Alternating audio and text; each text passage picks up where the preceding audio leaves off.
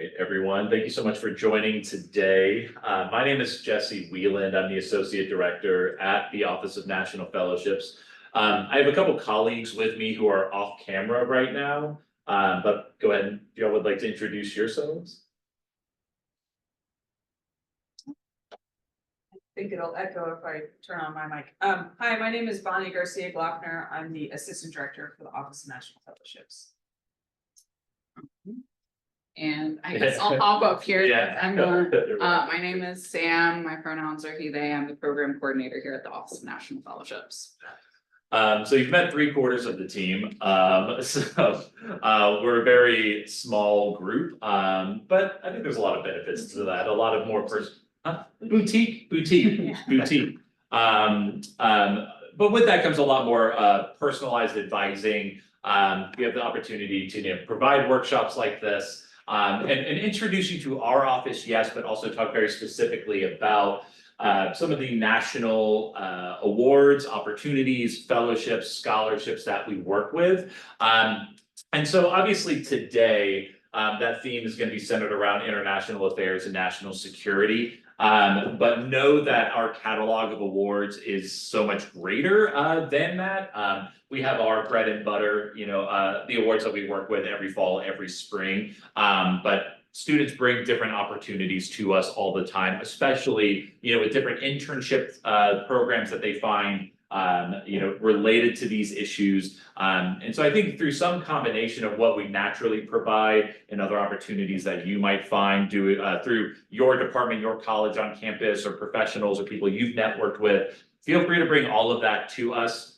And because largely what our office does is sit down with you, go over these different applications, help you with your writing, help you set very specific goals, and in many cases synthesize what you've been involved in at Florida State, the research you've been involved in, the coursework that you've taken, and how all of that gets you to where you want to be later in your career or in graduate school, which we're going to talk a little bit about today. And so there's no proper way to necessarily apply to these different fellowships that I'm going to talk about. I do think there is a way that they may naturally stack and build upon one another, but if you're coming in as a first semester freshman, or if you're about to start your senior year, or if you're a recent alum, or anywhere in between, I can guarantee you there's an opportunity that aligns with where you're at in your education and interests, and we can help you apply for that, like I said. Now, if we're thinking about international affairs and national security careers, it naturally goes hand in hand with foreign language study. And what you will find at the national level is there is an egregious amount of government funding that will help you study a foreign language that is crucial to the academic objectives that you have or the career that you see for yourself. Many of those fellowships, and the Critical Language Scholarship, I think, is a pretty specific example of that, are centered around what are framed as critical languages to national security, many of which I'm sure those in attendance can guess, Mandarin, Arabic, Russian, but there are plenty of other African, Central Asian languages that are deemed critical because so few universities and resources in the United States are devoted to helping students develop proficiency in those languages.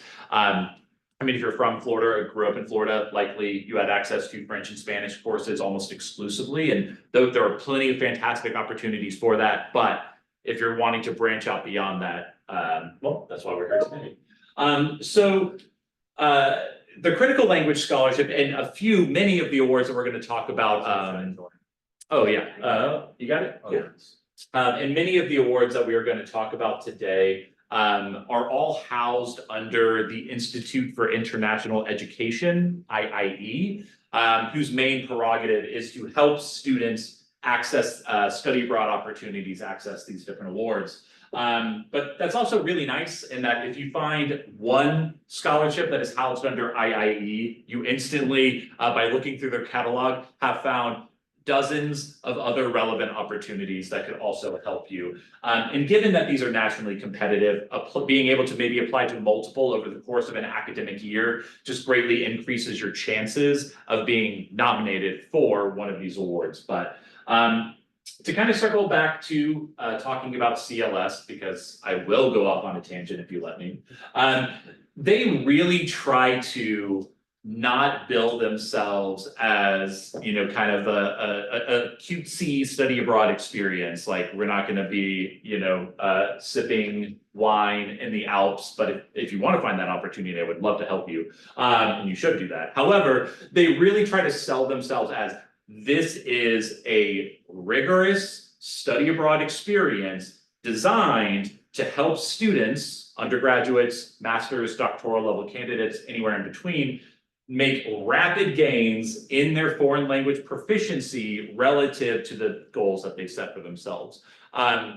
Like, for example, I've had freshmen that have applied to and received this program, and I have had you know, seniors apply to this because it's like, well, hey, I'm starting graduate school next year, and I need to leap from the intermediate low level that I am at to like advanced low at the very minimum. You know, so some students are like, I think this language is cool and I'd like to continue studying it. And others, it's like, no, I need this now. And wherever you fall in between that, that is absolutely fine.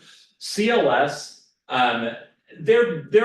yes, they love to see careers in the federal government, but they are more open to many different career paths for whatever it is that you're studying or researching or interested in, as long as the language is crucial to doing that work well and working with those communities. This application is usually, they give you a very tight window to apply. So as you can see, it's due in mid-November. It likely opens the first or second week of October. So you have about 4 to 5 weeks at most to complete an application. Now, if you're interested in a study abroad program through CLS, we have the prompts. Reach out to us. We can get you that material early. You can get started early.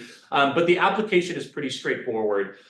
You only need 2 reference letters, and then it's a combination of many different short essays, all of which delve into the different ways that, okay, what is your experience with this language? What are the professional goals that you have? Maybe can you give us an example of leadership? And obviously the prompts are more detailed than that, but essentially what they're trying to assess is that, and I guess this thing just does not work. That's fine. Apologies, technical difficulties. But what they are trying to assess, sorry, I thought there was one more slide, there's not. But they're trying to assess that not only do you have the academic ability to study this language, but you have the flexibility, the cultural adaptability to engage with these communities. And so it's usually about 8 to 10 weeks over the summer. But when you're applying to CLS, you're applying to a very specific language. And you have to accept the placement you're given. So for most, there'll be multiple placements within the same country, but then for other languages, like Russian and Mandarin, for example, they've had to make some adaptations because they cannot send you to China or send you to Russia like they have in years past. So essentially, you need to understand why the language is necessary, not necessarily why I need to study in this very specific country. Does that make sense? Mm-hmm. Does anybody have any questions before I move on from CLS? This is really kind of like one of the base level. If language study is important to you, this is, okay, apply to CLS and, because they usually have around a 10% acceptance rate, you know, so it is very competitive. But we send students to this program every year. But I wouldn't apply to CLS in a vacuum would be my recommendation. But I think CLS, of the ones we are talking about today, is the only scholarship you can apply to and receive multiple times. Some students have applied to it in consecutive years because, again, they need these rapid gains. But anyways, something to consider. And if CLS is something that you're interested in, there is also a CLS Spark program that is entirely virtual. It's a little bit more limited. It is only for Mandarin, Russian, and Arabic. But it's something that you can look into if you're like, well, I need to make rapid gains in this language, but my academic calendar is a little bit more restrictive. Maybe I don't have the ability to study abroad over the summer, but this is something that I could do in tandem with something else. If you get the scholarship 1 year, does that increase or decrease your chance of getting it next year? That's a good question. And so if you couldn't hear that, it is, if I receive this and do this, am I more or less likely to receive it again? It completely depends on, well, how you pitch yourself, because I've been, and Bonnie as well, have been on these review committees for CLS multiple times.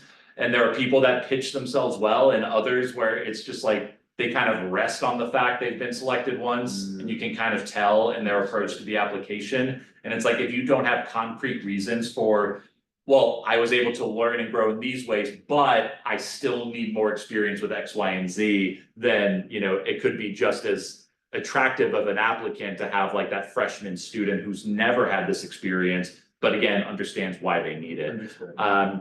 And so when you go to CLS's website, you'll find that of the languages they have listed, the vast majority don't require any prior experience in the language. That is what the program is for. But for the three that we've already mentioned today, as well as Korean, Portuguese, if I'm remembering correctly, all require at least 1 year of prior study before the program. However, if you're currently enrolled in language courses for those languages, you're still eligible to apply in the fall, because by the time you would go in the spring, you will have had 1 year of study. Just something to consider. Okay. Also under that IIE umbrella, and of course, if you have questions, please type them into the chat. Bonnie will address those and can relay them to me. Now, the Benjamin A. Gilman International Scholarship is a fellowship for any Pell Grant recipient that is interested in studying abroad or interning abroad or researching abroad or pursuing an international experience. Gilman was created a little over 20 years ago as specifically to provide opportunities for students that would otherwise eschew study abroad opportunities because of financial reasons, because of limited knowledge or access to these programs. And so that's why Gilman has a specific targeted focus on who they recruit. And so, like I said, it's open to many different types of experiences. And so you tell Gilman, this is what I would like to do. This is why it's important for my own development. And here you go. And so for some students, that is STEM research. For other students, it's foreign language study. And the list of languages at the bottom of this slide are the exact same languages for CLS. So that is something to consider. But the base level for Gilman funding is up to $5,000. And I've had students use that from like, I'm going to go do a broad curriculum program through FSU IP in Valencia, to I'm going to go to the University of Toronto and conduct brain and behavior research, with the specific faculty member. Anything in between is fine. And we have had students that have received this critical need language award through the Gilman Scholarship. All that is if your program is studying one of these listed languages, instead of being eligible for up to $5,000, you're eligible for up to $8,000.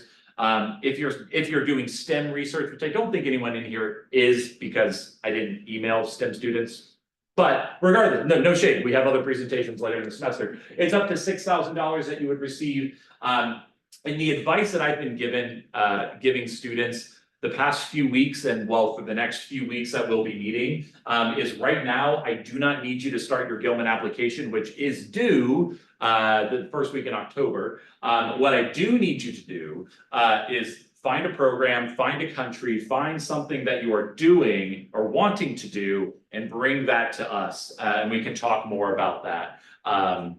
But because if you can find that program, it's going to make the application process significantly easier. Now, I do think it's important to mention that there are 2 application cycles for Gilman. CLS, there is one, it is in the fall. But Gilman has a deadline in early October and a deadline in early March. And essentially, that application deadline is for any program that begins the year after.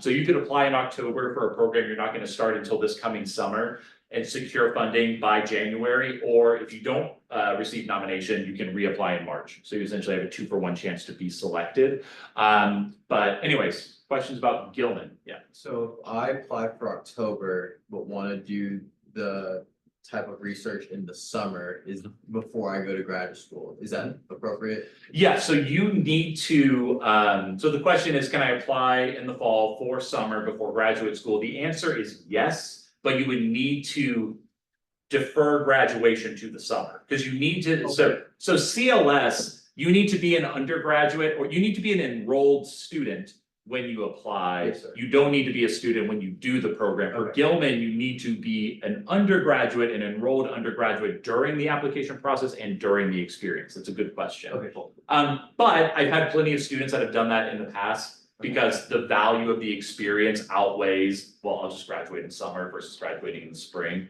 But yeah. And then the second question, so we need to find the program, or like you mentioned, like find a professor that we can do the type of experience with. Yeah. Present that to Benjamin, to the scholarship program. No, yeah, no, Benjamin himself. Yeah. Yeah. But- And then that's how they kind of decide of, like, so what is Yeah. what are they mainly looking for? So your program needs to, well, like I said, you need to be a Pell recipient either during the application or during the program. Oh, it's a Pell recipient. So you need to be receiving federal aid. So if you've completed your FAFSA Okay. and you're receiving Okay. financial, yes, that is one of the requirements. And your program needs to qualify for academic credit. You need to have US citizenship. Okay. Outside of that, it needs to be in a country that's a level 1 or 2 according to the US Department of State. That's something any of us can help you find, or if you go to the US Department of State's travel advisory website, you can find it there. Cool. Um, I actually really like this one. Like, yeah, and so we can, and myself, Sam and Bonnie, we are just, I'm not reading essays right now. I'm just like giving you links or websites, use Florida State resources. You know, Florida State relative to other universities in the US has an extremely robust study abroad program. It's not just IP, we have global exchanges, we have the Global Scholars Program, we have many other opportunities. But it can also be a program outside of your host institution, or your home institution, I should say. You know, but yes, we can help you find something that meets those criteria. But what they're looking for is, I mean, I won't bore you with all of the criteria. They're looking for relevancy, like that congruency for how does this program align with my goals, my mission, my academics. They're looking for diversity of experience that is lived experience, that's regional differences. They look for different university types, you know, maybe universities and states that don't send a lot of students. Unfortunately, Florida sends a ton of students, so we don't really get that same benefit. But again, your story is still important, still matters in this context. And they're looking for, like I said, career trajectory. Super cool. Okay, I know this is a lot of information, so again, please feel free to stop me if you have questions during this presentation. Now, again, like I mentioned, another IIE scholarship, the Boren Awards. Now, the Boren Scholarship, that is for undergraduate students. The Boren Fellowship is for master's or PhD level applicants. There really is no difference. The only difference is that the Boren Fellowship allows you to do research abroad. The Boren Scholarship prioritizes foreign language study. And it you can do an internship during that experience, but not, they like to see a primary focus on the study of the language. Now, let me close this really quickly. So the way in which CLS and Boren differ is that primarily, well, length, CLS is for a summer exclusively. Boren is a 6-month minimum to be competitive. Unless you're a STEM student, you can study for a summer, but for I think everyone in attendance here, it needs to be anywhere from 6 months to a full academic year to be competitive. And Boren does have the primary focus of careers in the federal government. They want to provide that lane of access for you. Okay, so after your study experience, and we'll talk more about that in a second, following your Boren Scholarship and following your graduation from your bachelor's degree program, you have about a 3 to 5 year window to complete a 1 year service to the federal government. And as we listed here, tier 1 agencies are their primary focus, but they have plenty of students that complete 1 year work experiences with tier 2 agencies. But you do receive as I believe as a Gilman Scholar as well, but definitely as a Boren Scholar, non-competitive status when pursuing these jobs. And what that means is if it's down to me and another candidate, all things being equal, I'm a Boren Scholar, they are not, the position is gonna go to me. And so they understand these entry-level positions are very competitive, and so they want to, take care of their scholars. Now, what can be challenging about the Boren application is for the vast majority of their programs, and I think the next slide, these are the list of languages that are eligible. As you can see, it's a much larger list than CLS and Gilman. And for all of these languages except French, you don't need any background in the language. Like they're here to provide that access and that programming. But anyways, we'll come back to this slide in a second. But the challenging piece is that for 95% of the languages that Boren supports, you have to find a program, you have to find a university, you have to make a case for this is why I need to study at this university in this specific country. Remember CLS, you apply to the language, not the country. And this is how it relates to my professional career plan. Now, Boren's whole focus is national security. Why do you need to study this language? To improve national security efforts between the United States and this specific country. You will notice on their website, they do not define national security. That is because that is your job, relative to your experience, to your field of study, to your interests. I've had students that have defined it relative to commerce and trade, relative to humanitarian efforts, the right to protest, relative to public health. So again, depending on your field of study, you have to make a really unique case. That is one of your essays, is the national security essay. And I do not want, in your reviewers, having been one, again, we do not want a Wikipedia answer. I do not, and it's very easy to tell when somebody's just pulling just straight facts from Wikipedia. It's the base level, this year, this policy was passed and blah, blah, blah. Okay, great. This needs to be rooted in your background, in your studies. The other essay is, oh shit, what's the name of it? Oh, sorry. It's like the career aspiration. I'm not going to remember the exact name, but it's all related to your professional career. And so it's a combination, like personal statement with, your career objectives. And what you don't want to do is just at the very end in the last paragraph, be like, I want to be a foreign service officer, because great, who doesn't? That applies to Boren. You want to, if that's your goal, fantastic. But what you need to do is provide that scaffolding. What I mean by that is, okay, so starting with your 1 year service commitment, what position, what department are you planning to work with? How long do you plan to work for that? Are you planning on graduate school? Where does that fit into the picture? And show me that trajectory to build, because the average age of an FSO is 33, 34 or something like that. That does not mean you can't be, a 27-year-old but on average, Boren understands that you need an insane level of maturity and professionalism and language proficiency to be effective in these roles. And so if you just say I'm going to do a Boren Scholarship, I'm going to graduate with my bachelor's and I'm going to be an FSO, it's okay, we hope, but I'd say it's going to take a little bit more time, a little bit more education, a little bit more experience. So are there any age minimums for these works? Age minimums? I don't. Or age maximums, we're asking in the chat. For age maximum, no. I've nominated Gilman Scholars that are in their 50s and their 60s. You need to be an undergraduate student. CLS, no, because you can do it as an undergraduate, you can do it as a master's, you can do it as a PhD candidate. For Boren, no, or I don't think. 18 for Boren. Okay, 18 minimum, but the maximum, again, you need to be an enrolled student. And you can do it as a graduate student. So, everyone in this room should be eligible unless, if you're 17. We have had freshmen that have been nominated. And I think that's because, they were, by the time that you would go on your boring experience. So yes, so take that into account, but that's a really good question. And some of the other ones that we're gonna talk about in a little bit, Wrangell and Pickering, you can be older when you apply, and they have had nominees in like their early mid-30s, if not older, but they're applying because they're changing their careers. Again, it depends on your professional experience and why you're making that shift. But yes. When would the notification date for this particular fellowship be? Okay, so we haven't set the campus deadline yet for Boren, but I can tell you it's always going to be in late November or early December. And the reason we have a campus deadline, so CLS, it's the next slide. It's on your slide. It's on the next slide. November 21st.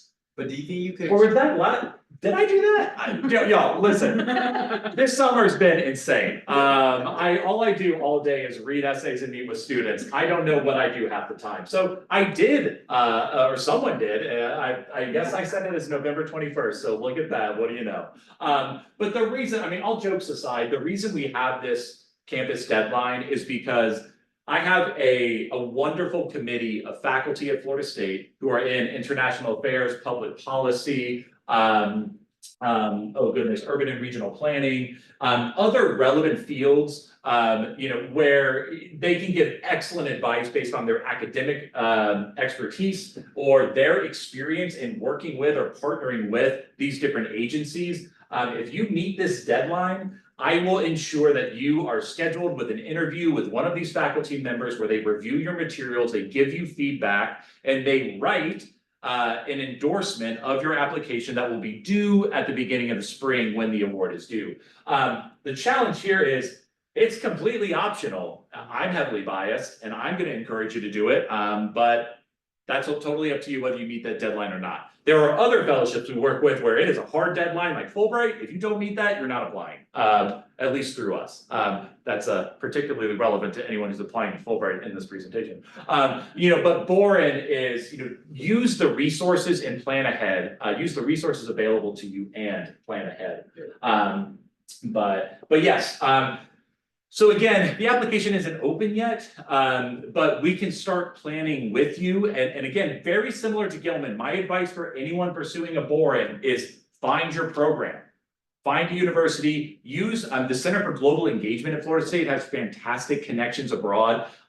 The Department of Modern Languages at Florida State has fantastic faculty with fantastic connections abroad. So if you're not asking these people and using these resources as a baseline, I think you're working a lot harder than you need to.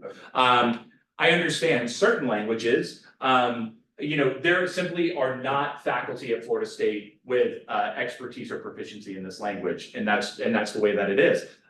One thing I didn't mention is that for a few of these, so AFLI, that's African Foreign Language Institute, I believe, the Indonesian Foreign Language Institute. So you have these very specific languages that have been identified because they are the most under applied to languages. These are the 5% of Boren scholarships. Like if you want to apply to any of these languages, one, the acceptance rate to these is about double what it is to any other Boren program, and they provide the curriculum. So for most of these, they will send you to the University of Wisconsin in Madison for the summer to study that language. They have fantastic resources. And then in the fall, you would go to that country that you chose or where the program sends you to study. I believe some of these, I think some of the African languages are at the University of Florida. Fantastic resources, awful university colors, but great training for you. And so outside of these, 6, 7, 8, if I can count languages, everything else you have to build the structure for. So yeah, the last thing I'll say about Boren is that, this is not due until mid-November. In reality, it's not due until early spring. So if you're applying to a Gilman, if you're applying to a critical language scholarship, if you're applying to anything in the fall, likely a lot of what you use content-wise in your essays is going to be relevant for a Boren application. So again, you can work smarter and not harder. Any other questions about Gilman, Boren, CLS, or we're just gonna keep trucking along? Yes. So with those 8 programs that were highlighted. Yeah. If you apply to those, you have a, let's say like a double chance of getting accepted into those. programs. Essentially, if not more, I mean, we had, one of our students, we had 3 recipients last year, 2 of which were for the Turkish program and the other was for the Indonesian program. I was looking at the Hindi program and I thought that'd be super useful. Absolutely. Yeah, okay, Absolutely. cool. And I believe for the Indonesian program was about a 50% acceptance rate, which when we're talking about these types of awards is like unheard of.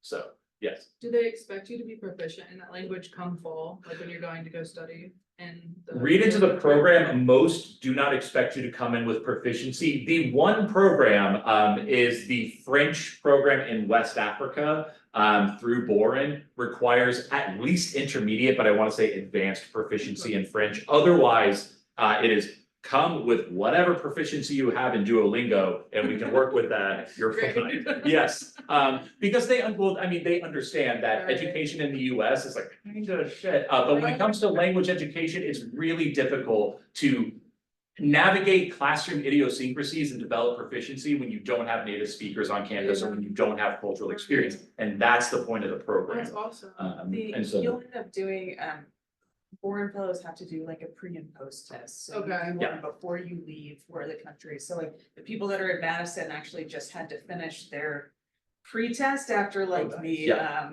sort of Yeah. quick course that they've been doing this past Yeah. summer. And then they'll do it when they return so that you have an idea of the game. you've Awesome. made. And so in turn, they're expecting a year of your time as.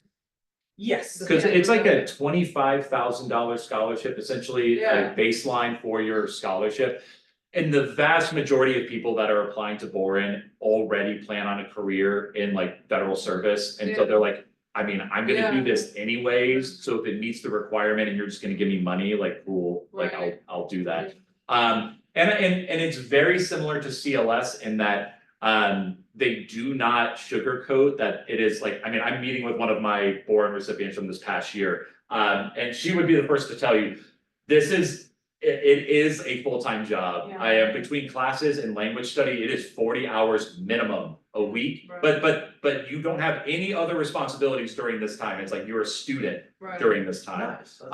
But it's rigorous, but again, it's like, do you need rapid gains in the language? Yes, okay, this is the program for you.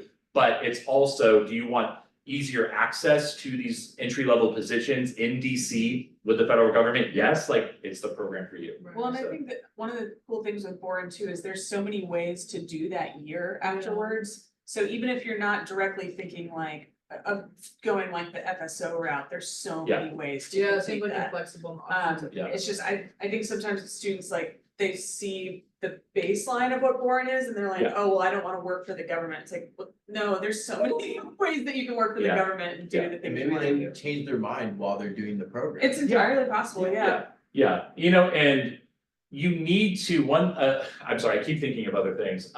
So for Boren, you need to do the experience before you graduate, but there is a known loophole of which 2, if not all 3 of our recipients from this past year are doing, which is, they were all graduating seniors. But they received the Boren funding, and so then it's like, okay, well, we work with the registrar's office and we don't post your diploma, you just kind of exist in academic limbo for the duration of the program. You can still, and all of them did walk during graduation during the spring, but they are still affiliated with the institution and they will graduate this fall Their at the diploma will conclusion of the be program. dated. Oh, I got you. Yeah, so Boren, it's not like we're being shady, Boren knows about this, but it's because Boren just wants like burgeoning professionals in this field that they want to funnel you into these careers because they need more professionals with these language proficiencies. And so they're like, we will bend over backward, like even it's like they've had students that have received CLS and Boren, and they're like, go do CLS and then come to us. It's like, we will do whatever it takes to make sure that we get you as part of our program. But just be cognizant of time because I want to make sure there's time for questions at the end. Some of these that will come, like PPIA is a wonderful program, but I think it's pretty straightforward. It doesn't have the same egregious number of nuances that Boren does. But PPIA is essentially, it's a program for juniors that are interested in graduate study. And so this and the next program, the Wrangell Summer Enrichment that we are going to talk about, it's not as sexy of a sell, I will say. It's like, you're not gonna be traveling abroad, you're not gonna be the content of the program and the professional connections that you build domestically are incredibly valuable. So one of my students that did this a few years back, pre-pandemic, I will say, this was a student who came from a very high financial need background. They participated, I think it was, oh goodness. I want to say it was the Princeton program.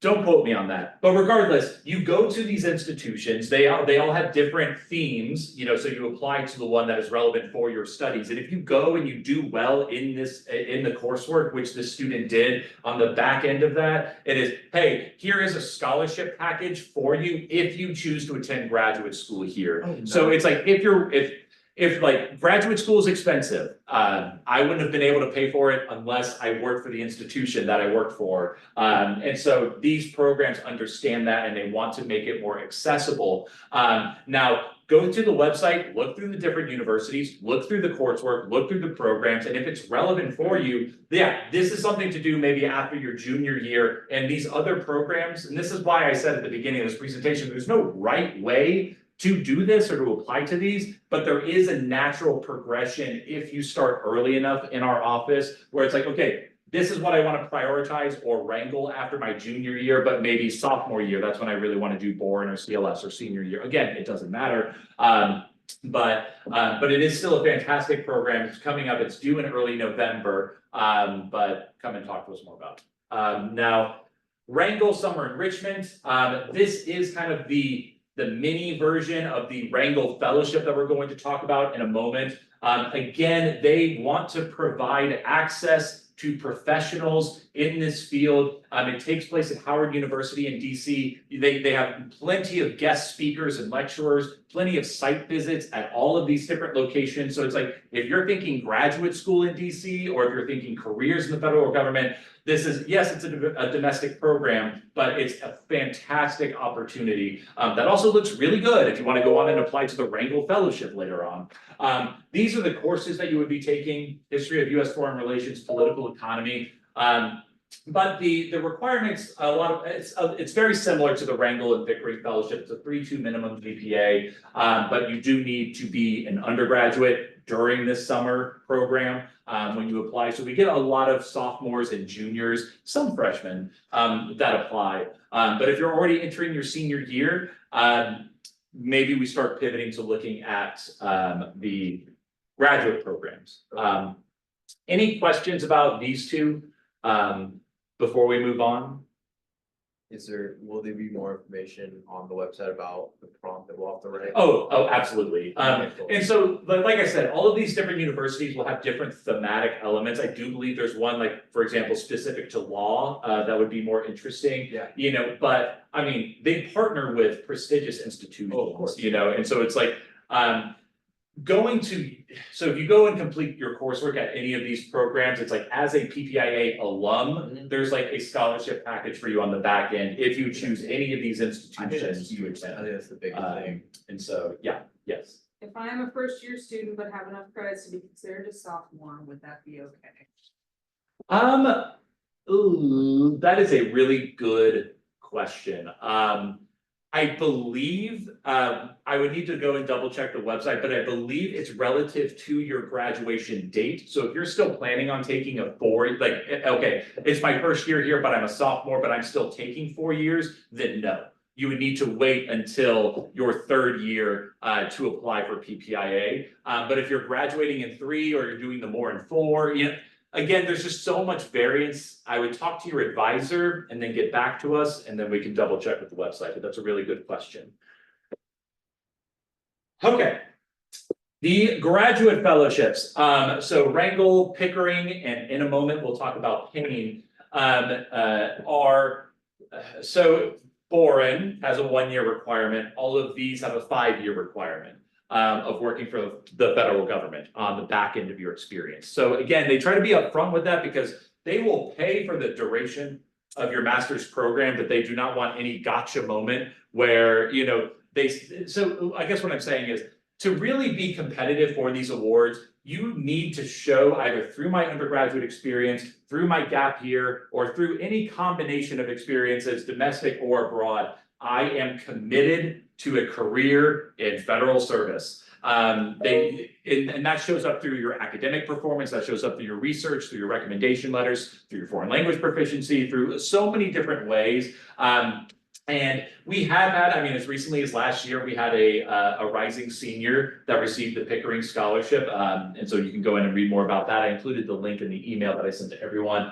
But we also have plenty of success with recent alumni, any students within that 1 to 2 year post-undergrad but pre-masters, as long as during that gap year, you're pursuing the relevant professional experience or fellowships that are continuing to build your skill set.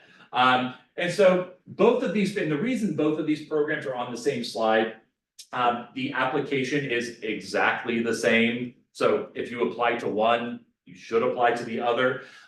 Really, the only difference in these programs is and we'll get to this in a moment, the internship you do after your first year. But these will fund a 2-year master's degree in any subset of field that is relevant to international affairs. So public administration, public policy, business, economics. Again, you choose the field, you choose the university, and you make a case for, okay, why do I need to pursue graduate school at this program in preparation for my career doing blank? That is, and brevity is key here. It is a 600-word personal statement. I mean, I could write 600 words just about what I had for breakfast. You know, you have to be extremely specific. My God, I've been up here for a minute. Specific. And then you have a 400-word statement of financial need. Now, what I want you to not do with this essay is tell me college is expensive and grad school is expensive. Like, they know, but what they want to know is, what is it about your experience? You know, I say this as someone who had to work full-time to pay for my undergraduate degree and graduate degree. I would have much rather had the scholarship support and not had to do that. And that is what they are looking for. How have you navigated the financial struggle of your undergraduate degree? How do you plan to navigate it in graduate school? Anyways, we can talk more about this in a one-on-one meeting, but they are both wanting to make graduate school more accessible to all students. But yes, internships. Okay, so the main difference is that the Pickering, okay, oh my gosh, Pickering is Department of State. The Pickering, sorry, I'm saying this to Bonnie, like I said, so after your first year in graduate school, Pickering would send you to a domestic internship with the Department of State.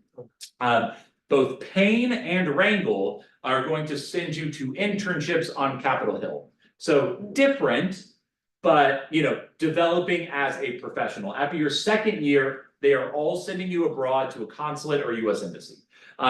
So other than that, there's really no difference in these programs. It is just that one internship after your first year. Otherwise, the applications are exactly the same. So maybe, and this has happened to many students in the past, they've been nominated for both.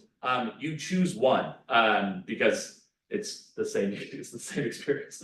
But questions about that? Well, they usually talk too. They do usually talk. It's good to. They apply did not for- used to talk as much as they Yeah. do now. Typically, if someone gets Pickering or is nominated for Pickering, they're not going to be picked for Wrangell, vice versa. Yeah, because I think they did start to notice There was a lot of overlap. this was happening way too often, Yeah. but yeah. Now, I will point out, these are coming up relatively quick. You have about just over a month to work on this. But okay, you are writing for Boren, 1,600 words at least. You know, this is only 1,000 words. It's very straightforward. And really the hardest thing right now, find a grad program. And you may already know, if you're a rising senior, maybe you've already been looking into it. Find a program, but otherwise, like I said, brevity is key with this one, but still plenty of time to apply. So you have to tell them the grad program that you want to be in, going into. I would weave it in, Yeah. because the faculty, the curriculum, maybe the resources that you would have in the city that you're wanting to study are all, but because they want to know that you've really done your research, Right. that it's like, well, I'm just applying to, I don't know, George Washington So University you have to have because. very specific goals, like I wanna go in this place, in this school to study this, because I wanna do this for my future. I would be Okay. specific, because what is not a compelling argument, like I said, for like the financial aid, it's not compelling to just be like, I need the money. Right. And for the 600 word essay, it's not compelling to be like, well, I wanna go to this institution because of its prestige, like they Right, know, right. it's like they know what the top programs are, they know what the top, but what does that look like for you? That is unique. I will say the application for Payne is very, very similar. The only difference is, like I said, the internships are exactly the same as Wrangle, but they are specifically recruiting students for careers with USAID. So in careers in international development and all of the positions that exist under that umbrella. You say graduate school, does that include law school?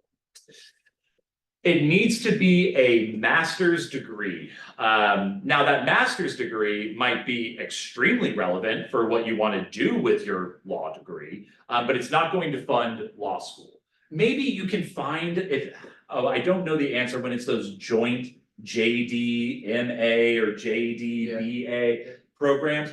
Maybe that is, maybe that is a smart workaround, but you would need to check the website, but otherwise it is a master's program. It's a good question. But again, like I was saying for Boren and like I'm saying for all of these, trajectory, what are you doing to prepare yourself? So it's like, I'm gonna go earn this master's degree, at George Washington University, maybe work for the federal government for a couple of years, then do law school, then come back, it's like, the more detail you can provide as a reviewer, the more I'm convinced you know what you're doing and have at least a good timeline ahead of you. Now, Payne actually came to Florida State's campus last year and gave a presentation to 3 students. Well, part of that was because they didn't give us a heads up, but don't tell Payne I said that. But the point is, they came to campus, they were trying to recruit students. And the turnout was more staff than students. But the benefit of that was that I sat and talked to the literal president of this organization, and her number 2, who is a Florida State graduate, who also shared with me, why do we not see more Florida State students applying to this? I would love to see, wink, wink, nudge, nudge, more Florida State students applying to this, and so I'm trying. So if you're interested in USAID as a potential career option, would love to talk to you more about Payne. And as you will notice, it is due later than Wrangle and Pickering. Use the same application. Modify it, obviously. USAID is different than Department of State, so there is some nuance, but work smarter, not harder. Okay, so why work with the Office of National Fellowships?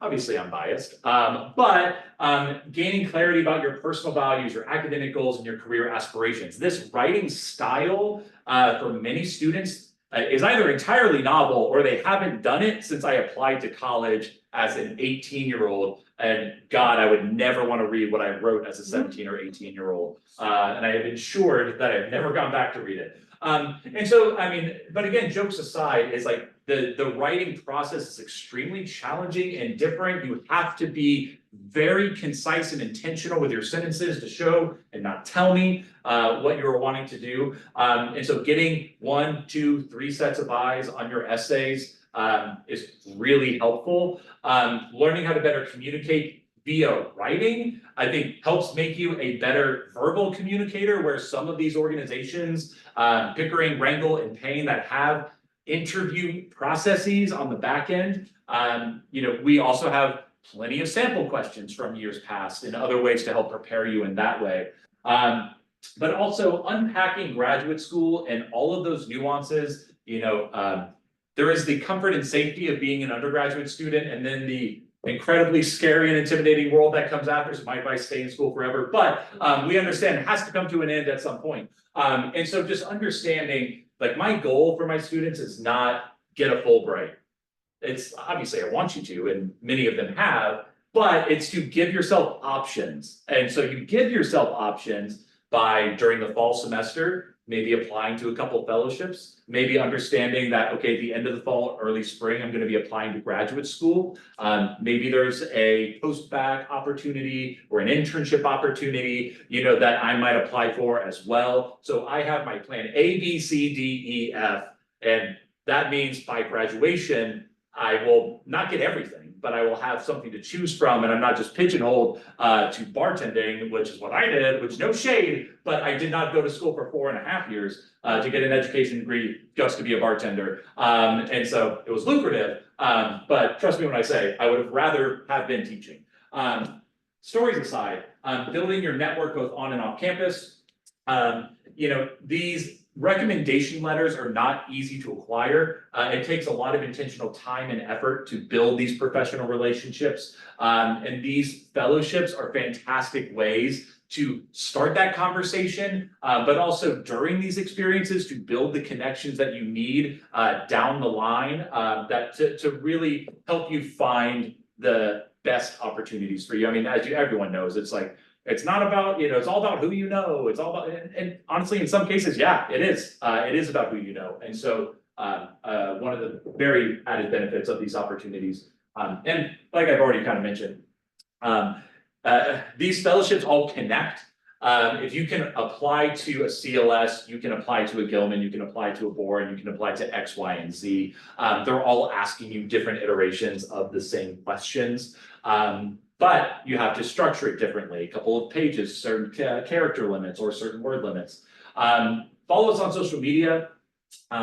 Instagram and LinkedIn are the ones that we use primarily. And so feel free to give us a follow there. We'll post about the workshops that we're giving throughout the fall and spring semester. We'll post student highlights and keep you up to date when we add alumni panels or any talks over the course of the year. We just had our Gilman alumni panel and we have those recordings. We would love to share those with you.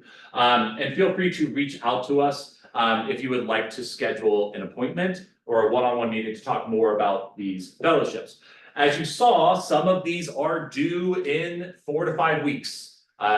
So we would rather talk to you sooner rather than later, or we'd be happy to sit down and plan with you for what a timeline for fall and spring looks like, or maybe what I would like to do next year.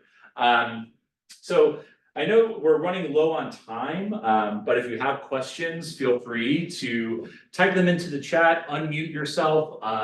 Feel free to ask if you would like, but thank you so much for attending today. And I know summer is winding down, so you can be doing a lot of other things with your time, but the fact that you're here, makes me really excited for the fall semester we have coming up. So thank you again.